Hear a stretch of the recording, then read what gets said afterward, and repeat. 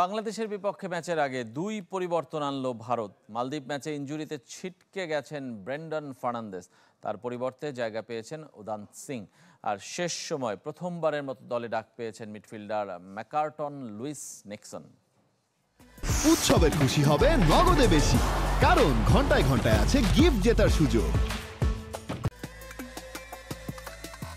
মরার উপর খাড়ার ঘা, ভারতীয় দলের অবস্থা এমনই। ইনজুরির কারণে বাংলাদেশের বিপক্ষে স্কোয়াডে জায়গা হয়নি মানবীর সিং, লালিয়ান জুয়ালা, সাংতের মতো ফুটবলারদের। সুযোগ পেয়েও এবার ছিটকে গেলেন ব্রেন্ডন ফার্নান্দেস। মালদ্বীপের বিপক্ষে প্রস্তুতি ম্যাচে চোট পেয়েছেন এই অ্যাটাকিং মিডফিল্ডার। তার বদলে জায়গা হয়েছে উদান্ত সিংহের। শিলংয়ে যোগ দিয়েছেন দলের সাথে। এফসি গোয়ার এই উইঙ্গার সবশেষ ব্লু জার্সিতে খেলেছেন গেল বছর। আছে অর্ধশত ম্যাচ খেলার অভিজ্ঞতা। মানবীর সিং, লালিয়ান জুয়ালা না থাকায় ভারতের অ্যাটাকিংয়ে সমস্যা দেখছেন কোচ মানোলো মার্কুয়েস। শেষ মুহূর্তে প্রথমবারের মতো দলে ডাক পেয়েছেন ম্যাকার্টন লুইস নিক্সন। আইএসএলে দারুণ মৌসুম পার করছেন নর্থ ইস্ট ইউনাইটেডের এই মিডফিল্ডার।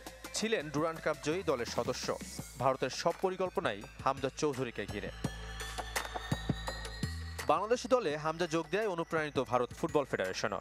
সভাপতি কল্যাণ চৌবে জানিয়েছেন একই ফর্মুলা দেখা যেতে পারে ভারতেও।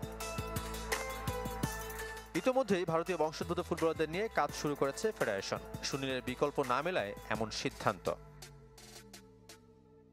এখনও আমরা সুনীলের মতো একজন ফুটবলারের উপর নির্ভর করে আছি। কে ওর জায়গা নিবে এই প্রশ্নের উত্তর এখনও খুঁজতে হচ্ছে। আমরা এমন একটা নিয়ম তৈরির চেষ্টা করছি যেখানে বিদেশে খেলা ভারতীয় বংশোদ্ভূত ফুটবলাররা খেলতে পারবে। ফুটবলে ভারত বাংলাদেশ ম্যাচ মানেই হাড্ডাহাড্ডি লড়াই। এবার হামজার কারণে তা আরও বেশি। শাফাত মিদুল, চ্যানেল 24।